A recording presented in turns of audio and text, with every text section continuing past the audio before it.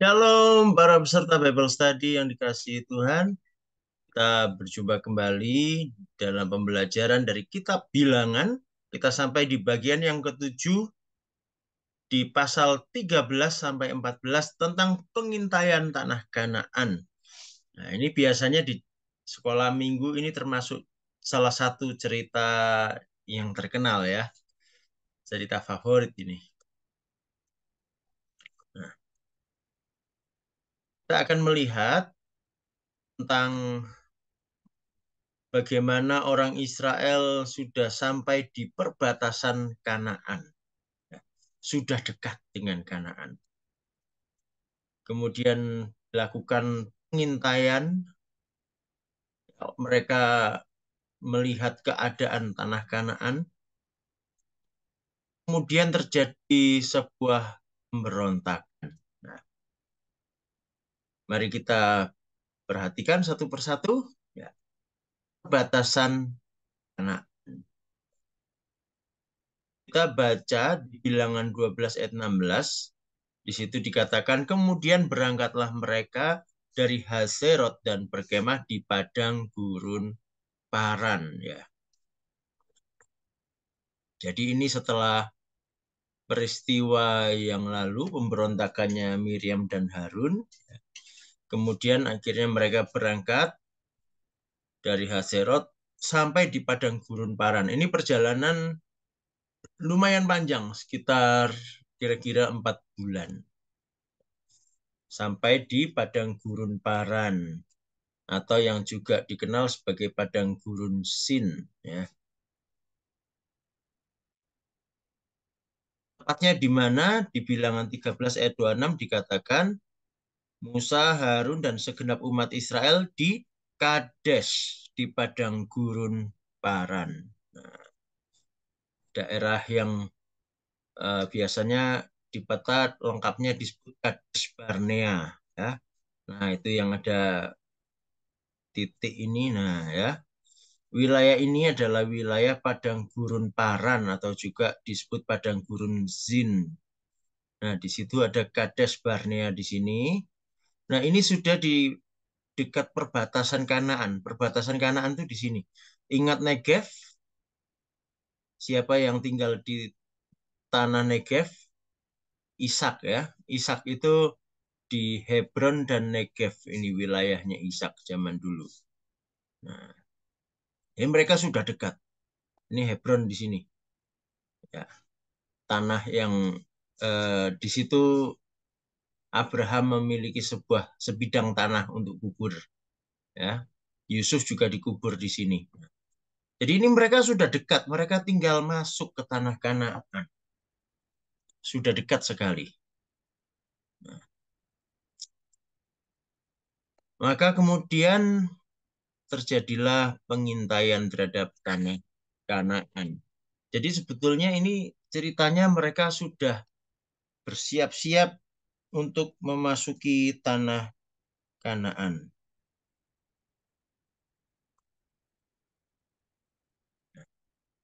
Pengintaian ini adalah perintah dari Tuhan sendiri. Bilangan 13 ayat 1 dan 2 berkata, Tuhan berfirman kepada Musa, suruhlah beberapa orang mengintai tanah Kanaan yang akan kuberikan kepada orang Israel. Dari setiap suku nenek moyang mereka haruslah kau suruh seorang. Semuanya pemimpin-pemimpin di antara mereka.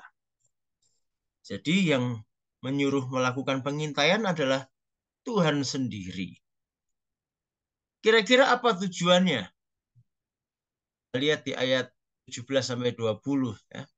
Maka Musa menyuruh mereka untuk mengintai tanah Kanaan. Katanya kepada mereka, pergilah dari sini ke tanah Negeb dan naiklah ke pegunungan dan amat-amatilah bagaimana keadaan negeri itu. Apakah bangsa yang mendiaminya kuat atau lemah? Apakah mereka sedikit atau banyak? Dan bagaimana negeri yang didiaminya? Apakah baik atau buruk? Bagaimana kota-kota yang didiaminya? Apakah mereka diam di tempat-tempat yang terbuka atau di tempat-tempat yang berkubu? Dan bagaimana tanah itu? Apakah gemuk atau kurus? Apakah ada di sana pohon-pohonan atau tidak? Tabahkanlah hatimu dan bawalah sedikit dari hasil negeri itu. Waktu itu ialah musim hulu hasil anggur. Kalau kita lihat di sini, jadi tujuan pengintaian itu untuk memperoleh gambaran situasi Kanaan. Ya. Kanaan itu kan tanah yang dijanjikan oleh Tuhan. Jadi sekarang mereka disuruh melihat sendiri. Ini loh tanah yang dijanjikan Tuhan. Buktikan sendiri, lihat sendiri. Apakah tanah itu baik seperti yang dikatakan Tuhan, berlimpah susu dan madu, atau seperti apa. Lalu juga untuk mengetahui tantangan apa yang dihadapi. Itu mereka masuk Kanaan tentu ada tantangan, ada kesulitan-kesulitan yang akan dihadapi. Nah, jadi pengintaian ini juga untuk melihat itu. Supaya apa? Supaya tentunya mereka bisa menentukan strategi untuk masuk tanah Kanaan. Di sini kita bisa belajar. Eh, Memang kita harus berlandaskan pada perintah dan janji Tuhan yang kita terima dengan iman, yang mengarahkan kita pada tujuan. Namun bukan berarti ketika Tuhan berjanji, maka apa yang ingin dicapai itu tiba-tiba langsung kita terima begitu saja. Tentu ada prosesnya. Setelah kita menerima perintah dan janji Tuhan dengan iman, maka perlu kita melakukan observasi, melihat keadaannya bagaimana, melihat situasi yang ada, kemudian kita melakukan perencanaan apa yang akan dikerjakan. Tentunya tetap melibatkan Tuhan, tetapi bukan berarti kita pasif hanya diam saja. Setelah itu kita harus berjalan menghadapi tantangan-tantangan yang ada supaya kita menggapai tujuan yang diberikan oleh Tuhan. Nah, jadi ada bagiannya Tuhan, ada juga bagian yang harus kita kerjakan. Kalau kita hanya berdiam diri, ya kita tidak akan mendapatkan apa-apa. Ya.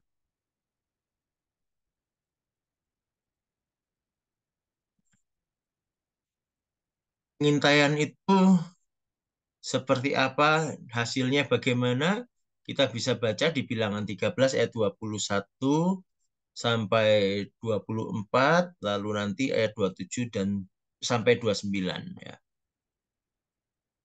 Ayat 21 sampai 24 dulu. Mereka pergi ke sana lalu mengintai negeri itu mulai dari padang gurun Sin sampai ke Rehob, ke jalan yang menuju ke Hamat. Jadi di sini ya, padang gurun Sin di bawah sini, di selatan,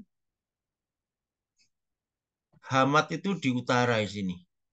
Jadi mereka ini sebetulnya mereka menjelajahi hampir seluruh negeri. Jadi Kanaan dijelajahi oleh mereka. Mereka 22 mereka berjalan melalui tanah Negeb lalu sampai ke Hebron. Di sana ada Ahiman, Sesai dan Talmai keturunan Enak. Hebron didirikan 7 tahun lebih dahulu dari Soan di Mesir. Ketika mereka sampai ke lembah Eskol, dipotong merekalah di sana suatu cabang dengan setan dan buah anggurnya. Lalu berdualah mereka menggandarnya. Bayangkan saudara, setan dan buah anggur. Setandan itu ya maksudnya segerombol buah anggur itu ya, satu tandan, satu satu gerombolan itu ya. Biasanya kalau kita lihat setandan buah anggur seberapa besarnya sih? Tentu yang biasa kita lihat juga ya tidak terlalu besar ya. Mungkin hanya ya kalau dimasukkan di kantong plastik, kantong kresek muat di satu kantong yang lumayan kecil ya. Tetapi di sini kita lihat satu tandan buah anggur harus dipikul berdua. Bayangkan seberapa besarnya tandan anggurnya. Nah, ini menunjukkan tanah itu tanah yang subur, tanah yang makmur ya. Lalu juga mereka membawa beberapa buah delima dan buah ara. Buah delima itu juga adalah lambang kemakmuran, ya, dan buah ara. Ini adalah komoditas-komoditas pertanian unggul dari wilayah sana sampai saat ini. Ya. Jadi tanah Kanaan, tanah yang subur, tanah yang makmur. Tempat itu dinamai orang lembah Eskol karena tandan buah anggur yang dipotong orang Israel di sana. Wah, sampai tempatnya pun dinamai sesuai dengan peristiwa dipotongnya tandan buah anggur di situ ya. Lalu kita lihat ayat 27 sampai 29. Mereka menceritakan kepadanya, kami sudah masuk ke negeri kemana kau suruh kami, dan memang negeri itu berlimpah-limpah susu dan madunya, dan inilah hasilnya. Hanya, nah ini ada hanya ini ya. Ini mulai bicara soal tantangan ini. Bangsa yang diam di negeri itu kuat-kuat, dan kota-kotanya berkubu. Kota-kota berkubu itu maksudnya ada bentengnya sekeliling kota itu. Ada tentara yang menjaga. Ya. Dan sangat besar. Jadi kota-kotanya bukan kota-kota kecil. Juga keturunan enak telah kami lihat di sana. Keturunan enak ini orang-orang yang kuat, orang-orang yang besar badannya. Orang Amalek diam di tanah Negev, orang Het, orang Yebus, dan orang Amori diam di pegunungan. Orang Kanaan diam sepanjang laut dan sepanjang tepi sungai Yordan. Nah, jadi berita bagusnya, tanah itu memang subur, makmur, tetapi mereka juga membawa berita yang kurang baik, yaitu ada tantangan, ada lawan yang kuat di sana yang harus mereka taklukkan kalau ingin masuk ke Kanaan.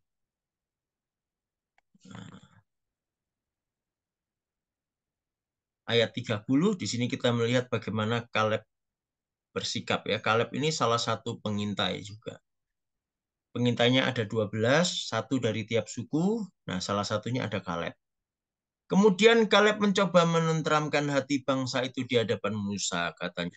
Tidak, kita akan maju dan menduduki negeri itu, sebab kita pasti akan mengalahkannya. Tetapi orang-orang yang pergi ke sana bersama-sama dengan dia berkata, kita tidak dapat maju menyerang bangsa itu karena mereka lebih kuat daripada kita. Juga mereka menyampaikan kepada orang Israel kabar busuk tentang negeri yang diintai mereka dengan berkata, negeri yang telah kami lalui untuk diintai adalah suatu negeri yang memakan penduduknya. Dan semua orang yang kami lihat di sana adalah orang-orang yang tinggi-tinggi perawakannya. Juga kami lihat di sana orang-orang raksasa, orang-orang enak yang berasal dari orang-orang raksasa. Dan kami lihat diri kami seperti belalang, dan demikian juga mereka terhadap kami. Nah, ternyata melihat hasil dari pengintaian itu, hasil dari pengamatan mereka, ada dua kubu, ada dua pendapat. Kaleb berkata, kita pasti akan menang. Kita pasti akan mengalahkan mereka. Tetapi orang-orang yang lain, ya, 10 pengintai yang lain berkata, tidak bisa, pasti kita kalah. Karena mereka rupanya takut untuk melawan orang-orang Kanaan. Padahal Allah sudah berjanji. Lebih parahnya lagi dikatakan di sini mereka menyebarkan kabar busuk. Apa maksudnya kabar busuk? Ya, ini sama peristiwanya sampai saat ini juga banyak kabar busuk. Kabar-kabar yang digoreng. Memang faktanya ada tantangan, ya betul. Tetapi itu digoreng oleh mereka, dipanas-panasi ya, untuk memprovokasi rakyat. Fakta dibumbui dengan hal-hal yang berlebihan ya. Bayangkan di situ dikatakan suatu negeri yang memakan penduduknya lah, gimana maksudnya? Ya, jadi mereka nambah-nambahi hoax ya. Nah, ini juga sering terjadi saat ini. Nah, kita harus belajar. Jangan jadi seperti ini. Nggak boleh goreng-goreng berita. Harus disampaikan apa adanya. Nah, tetapi mereka saat itu melakukan demikian.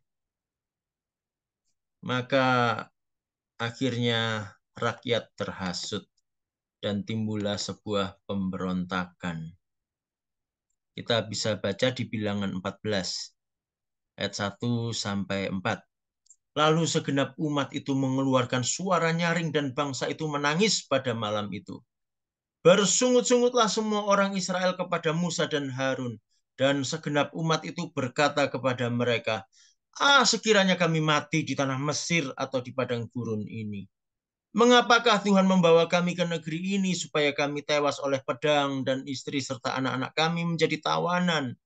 Bukankah lebih baik kami pulang ke Mesir? Dan mereka berkata seorang kepada yang lain, baiklah kita mengangkat seorang pemimpin lalu pulang ke Mesir.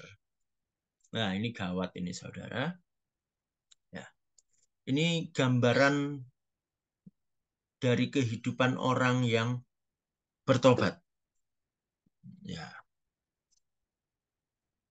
kalau kita lihat perjalanan orang Israel di padang gurun menuju ke Kanaan, itu penuh dengan keluh kesah, penuh dengan sungut-sungut.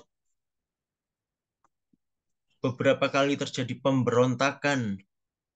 Itu sebetulnya adalah gambaran situasi yang dihadapi orang-orang yang bertobat dan mengikut Tuhan. Mereka dilepaskan dari dosa, mereka dilepaskan dari perbudakan di Mesir. Sama seperti orang-orang yang bertobat dilepaskan dari ikatan dosa. Ketika hampir masuk Kanaan, mereka melihat tantangan. Mereka bukannya bersemangat untuk menggapai kemenangan, tetapi mereka justru menyesali kepergian mereka dari Mesir. Mereka justru ingin kembali lagi ke Mesir. Mereka merasa lebih baik berada di dalam perbudakan di Mesir daripada mencapai kemenangan yang Tuhan janjikan. Nah, ini sesuatu yang berbahaya. Sering juga orang yang baru bertobat bisa mengalami saat-saat di mana dia merasa, aduh lebih enak dulu, lebih enak hidupku yang dulu. Sekarang aku ikut Tuhan kok malah susah begini, kok sulit sekali jalannya. Kok ada begitu banyak tantangan untuk mengikut Tuhan. Sepertinya lebih baik aku kembali seperti dulu saja. Nah, dan sikap seperti itu tidak menyenangkan hati Tuhan. Jangan kita berlaku seperti orang Israel ini. Nah, kita lihat ada Kaleb dan Yosua di tengah mereka, apa yang dilakukan kedua orang ini. Tetapi Yosua bin Nun dan Kaleb bin Yefun yang termasuk orang-orang yang telah mengintai negeri itu mengoyakkan pakaiannya. Mengoyakkan pakaian itu tanda mereka berduka, mereka sedang sedih sekali. Sedih kenapa? Sedih melihat pemberontakan umat Israel itu. Nah, ayat 7. Dan berkata kepada segenap umat Israel, negeri yang kami lalui untuk diintai itu adalah luar biasa baiknya. Jika Tuhan berkenan kepada kita, maka ia akan membawa kita masuk ke negeri itu dan akan memberikannya kepada kita, suatu negeri yang berlimpah-limpah susu dan madunya. Hanya janganlah memberontak kepada Tuhan dan janganlah takut kepada bangsa negeri itu, sebab mereka akan kita telan habis. Yang melindungi mereka sudah meninggalkan mereka, sedang Tuhan menyertai kita.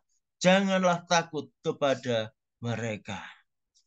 Dua orang ini luar biasa. Yosua dan Kaleb berpegang teguh pada firman Tuhan, pada janji Tuhan. Mereka berkata, walaupun ada tantangan, kita pasti masuk, kita pasti menang. Jangan takut, jangan memberontak kepada Tuhan. Nah, Kemudian apa reaksinya umat terhadap dua orang ini? Ayat 10 dikatakan, lalu segenap umat itu mengancam hendak melontari kedua orang itu dengan batu. Tapi tampaklah kemuliaan Tuhan di kemah pertemuan kepada semua orang Israel. Jadi di tengah keributan itu Allah turun tangan. Allah tidak tinggal diam. Tuhan berfirman kepada Musa, berapa lama lagi bangsa ini menista aku dan berapa lama lagi mereka tidak mau percaya kepadaku. Sekalipun sudah ada segala tanda mujizat yang kulakukan di tengah-tengah mereka. Aku akan memukul mereka dengan penyakit sampar dan melenyapkan mereka, tetapi engkau akan kubuat menjadi bangsa yang lebih besar dan lebih kuat daripada mereka. Jadi Tuhan berkata, sudah umat ini disingkirkan saja, biar mereka mati semua. Ya. Allah betul-betul sudah jengkel gitu ya. Ini umat tidak bisa diatur gitu ya. Diberi janji juga tidak percaya, berontak melulu, bersungut-sungut terus. Nah, yang luar biasa respon dari Musa. Ya.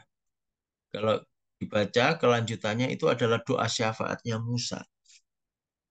Saya bacakan yang kalimat terakhirnya Musa saja, ayat 19. Ampunilah kiranya kesalahan bangsa ini, sesuai dengan kebesaran kasih setiamu, seperti engkau telah mengampuni bangsa ini mulai dari Mesir sampai kemari. Jadi pada intinya Musa berkata, Tuhan sudah dari Mesir sampai kemari, Tuhan mengampuni, masa sekarang tidak diampuni? Ampunilah mereka ini, ya, sesuai kebesaran kasih setianya Tuhan. Nah, kita melihat di sini hal yang luar biasa. Musa disakiti. Ingat tadi ya, mereka ini berontak dan mau memilih pemimpin yang lain menggantikan Musa. Padahal Musa masih ada di situ. Musa disakiti tetapi mengampuni. Dia tetap mengampuni bangsa itu, bahkan memohon pengampunan daripada Tuhan untuk mereka. Musa tidak ingin saudaranya sebangsa dilenyapkan oleh Tuhan. Dan Musa berpegang pada firman Tuhan dan pengalamannya akan kasih setia Tuhan. Ya. Ada ayatnya, sebelum ayat 19 itu Musa mengulang perkataan Tuhan sendiri bahwa Tuhan itu panjang sabar dan berlimpah kasih karunia. Itu diucapkan oleh Musa. Kan Tuhan janji Tuhan itu panjang sabar, masakan tidak mengampuni. Ya. Dan Musa mengingat bagaimana Allah dulu juga mengampuni, masa sekarang tidak mengampuni. Jadi Musa berpegang pada firman dan juga pengalaman akan kasih setia Tuhan. Nah, ini penting untuk kita ya. Ingat firman Tuhan, hidupi firman Tuhan, dan juga milikilah pengalaman akan kasih setia Tuhan, pengalaman hidup sehari-hari bersama Tuhan.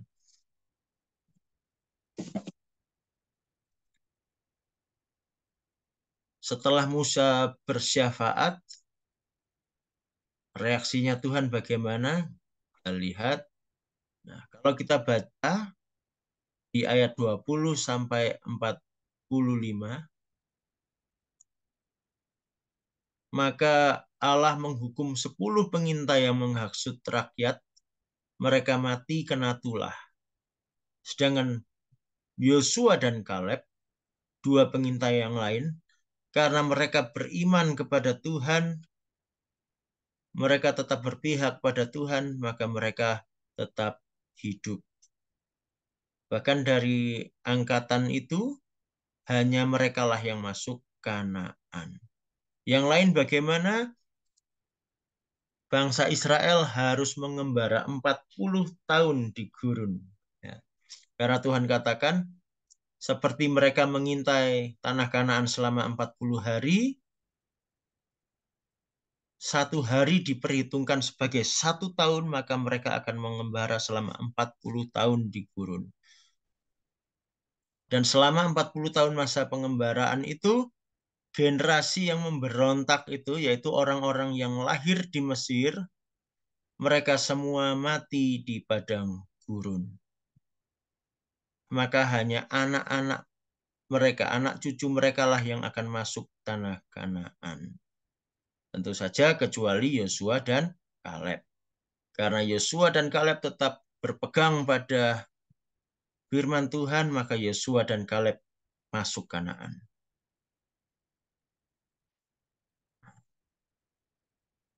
Di akhir pasal 14 ini, ketika Tuhan menyampaikan keputusannya ini, ada orang-orang yang nekat. Lucu juga mereka ini.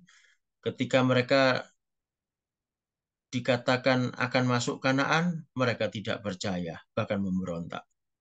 Sekarang ketika dikatakan bahwa mereka tidak akan masuk, justru mereka nekat mau masuk ke Kanaan.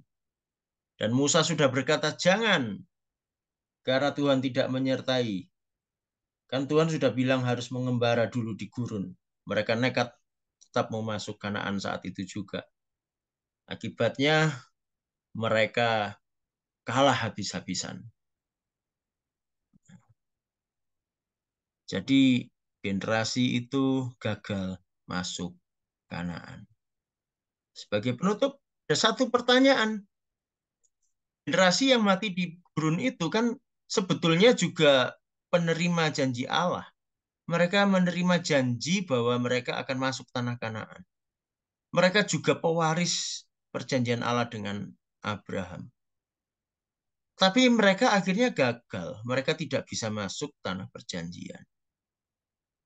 Pertanyaannya, apakah Tuhan gagal dalam hal ini?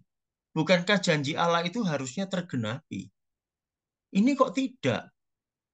Bukankah Allah itu seharusnya tidak pernah gagal dalam rencananya?